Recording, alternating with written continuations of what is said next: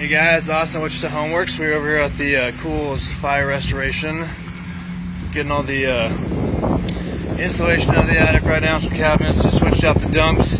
Filled this thing up in like 3 days, so we're getting another one. So I'll walk you through kind of the first stages of the fire and what we have to destroy. So walking into this house is going to be a complete gut. Trying to break the door. So and it's kind of hard to see in here because there's no lighting. So tearing out all the walls, all the flooring is going to be coming up. This window is going to be coming out. Kitchen is getting completely gutted. So we are going to do some modifications to this house since we're in here working. This ceiling above me is all going to get vaulted completely up to the ceiling. So it's going to kind of open up. It'll look cool in here.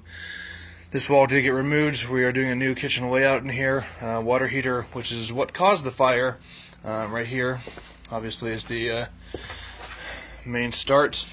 Is going to get moved back in here to the garage, just so it's safer and not in the house area. All new windows and doors in the house. Kitchen's going to get a new layout. Keep going this way. Got a lot of the walls torn out. Flooring, full bathroom will be gutted and redone.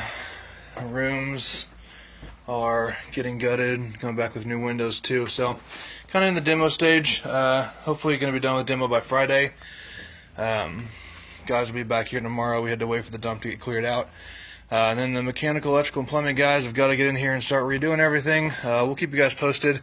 It's probably about 2 or 3 months of work, so you guys can see the process of start to finish. So actually stay tuned too. I'm going to be heading to the fire restoration we've been working on the last 2 months to show you kind of where it looks like on the done side. So just stay posted, guys, and we'll keep you up to date with what we're doing.